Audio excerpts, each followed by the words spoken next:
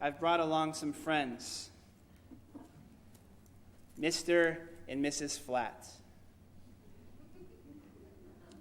Now, as you can see, they suffer from a very severe disability. And that disability is that they only exist in 2 dimensions, which has certain limitations to it. As you can see, if I turn them this way, they disappear almost. You can picture a parade. And you can picture ourselves on the ground floor. And we're watching the floats go by, and it doesn't matter how good of a seat you have, you can only see a certain amount of floats going by at one time. But at most parades, they're covering it on TV, and so you have the Goodyear blimp or whatever else kind of aircraft that's hovering over. And they're with a TV camera, and they can see all the floats at one time because they are above the realm of existence of the parade. They are not bound by being in a certain location. Well, the second thing that we realize is that God knows us better than we could ever possibly know ourselves. And why? Because He is our creator. He's our designer. Now, last night, I took some time and I put together Mr. and Mrs. Flat. And so I know more about them than they know about themselves. They may, for instance, not know that they're attached to a popsicle stick. And if somebody has a question about that machine, who are they going to come to? They're going to come to you. They're not going to ask the machine. And if they're smart, they're not going to ask somebody else. They're going to come to you, if they can get to you, and ask you what's wrong with your machine. Well, next we find that God can get closer to us than we can ever get to each other. You see, I enjoy an extra dimension than Mr. and Mrs. Flat. And so what that means is that if they were trying to touch each other or get close to each other, they have a certain boundary in which they cannot get any closer. But I enjoy an extra dimension. And so I can get closer to them than they can get to each other. And here's the amazing thing about what God enjoys, is that He can get closer to us than we can ever get to each other without us ever knowing that He is there.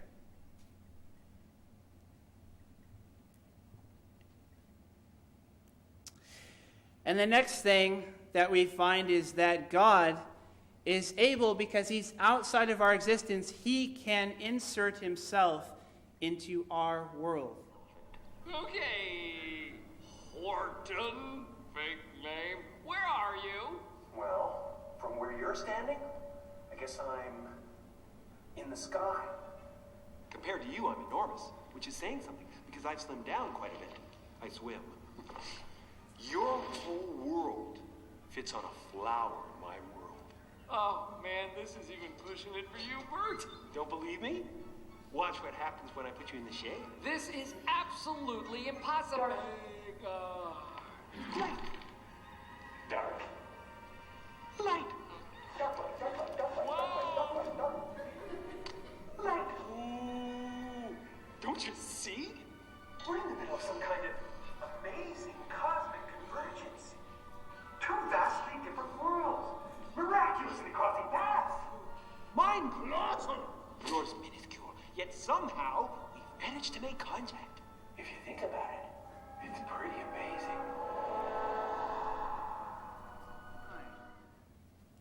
You see, when God interferes, or gets involved, I should say, with our world, we experience some abnormalities. It's His way of telling us, I'm here. And when He inserts Himself partially, you find it in the form of what we call miracles. You find things such as the storm calming down on the sea, a blind man being healed. Because there is power that is being manifested that is otherworldly, that is from the designer, that is from the God who is transcendent and who dwells in eternity. But God can also do something even more remarkable, and that is he has the ability, if he so chooses, to insert himself completely into our existence. And we call that, when it did happen, the incarnation. And the other thing, the last thing that we're going to look at today, is that God, because he is outside our realm of existence, he has a choice to reveal himself however he so chooses. And he can reveal himself as either one or three, however he so chooses.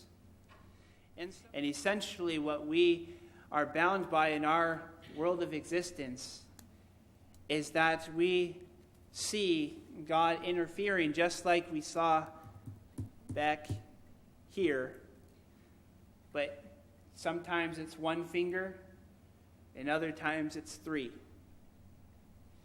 God can choose to reveal himself in our existence as he so chooses.